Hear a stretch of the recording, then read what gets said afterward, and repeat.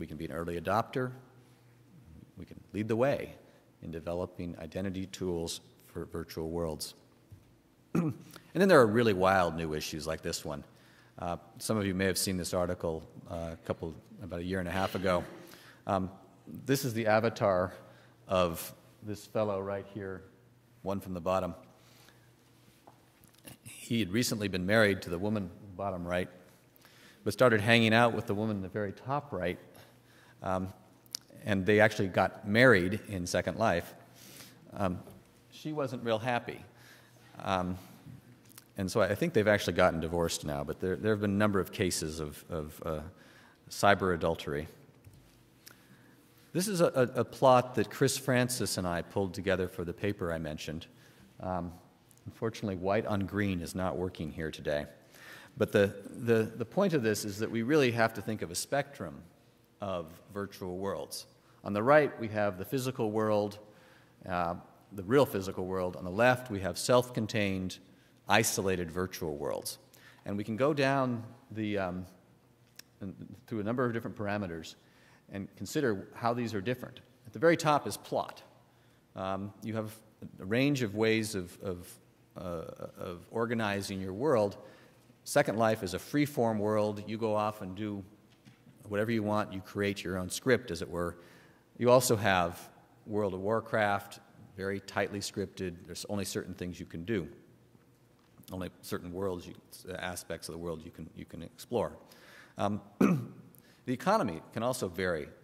You have worlds where real cash is on the table. Other worlds that are isolated. You have these gold pieces that really aren't convertible. Identity is another issue there.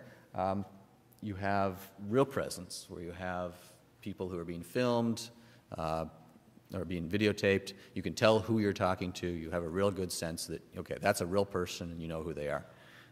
On the other end, you have anonymity. You have these avatars. No one knows who's behind them. And then you have, I think the most interesting shift here is this opportunity here both to create these simulations that incorporate data from the real world and to create a very detailed real-time simulation. Second Earth, one term for that. And then the other side, augmented reality, where you're bringing data from the virtual world into the real world. And so by using various types of heads-up displays, you're able to impose data from a virtual world into the real world. For the social scientists and political scientists in the room, I thought I'd throw this slide up. This is from a paper by Victor Meyer-Schonberger at Harvard. And they looked at some of these issues around policy for the virtual world. How are we going to make these decisions? And they came up with 4 different possible outcomes. It's a well-thought-out piece. It was one of the earliest papers on the politics and policy of virtual worlds.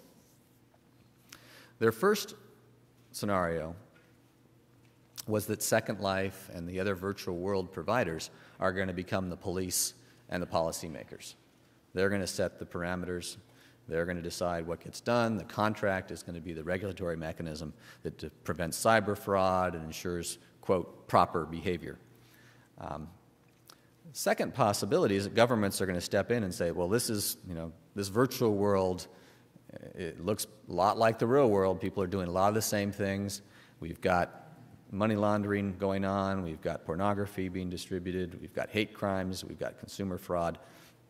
So what they're going to do is they're going to come in and basically block access to those worlds that aren't meeting government standards and government rules.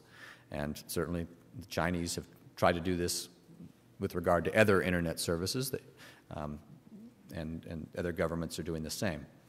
But this isn't going to be 100% effective. We know that.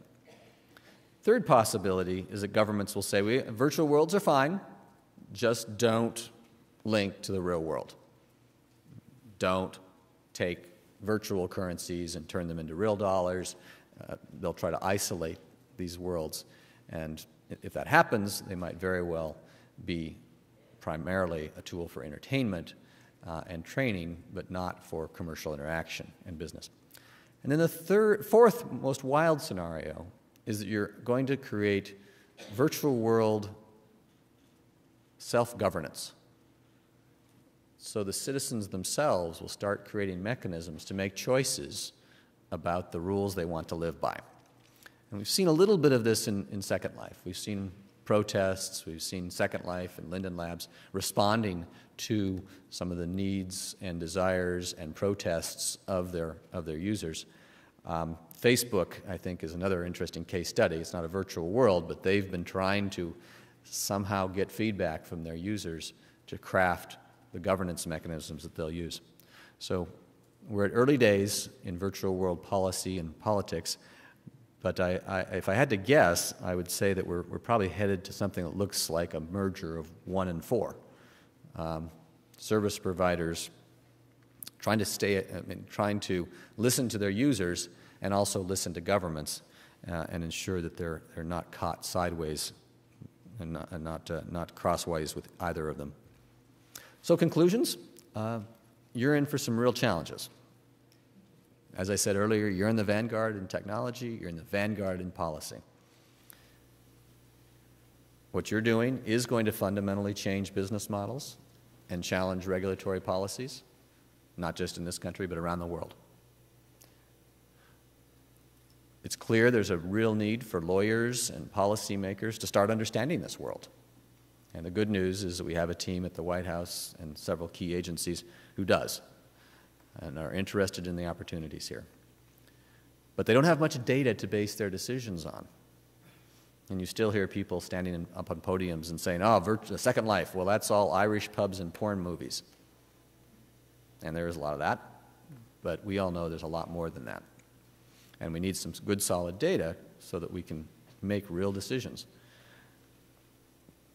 And the last point is that we have a chance to do some policy experimentation. Not only do we have many different virtual worlds that are trying to do different things and trying to organize different ways of governing themselves, we have different parts of these virtual worlds that can be set up with different regulatory mechanisms, different tax structures, different rules about free speech, intellectual property. We can really experiment. So we have a chance here to do some incredibly creative policy making and to do things that you can't do in the real world.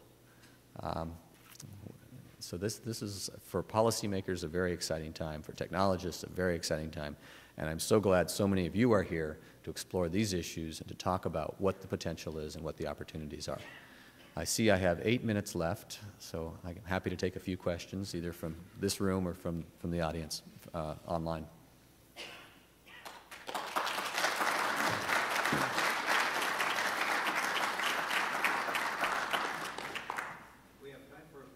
We have time for a couple of questions here. I would ask that you move up to one of the mics so that we can get the audio into the streaming format.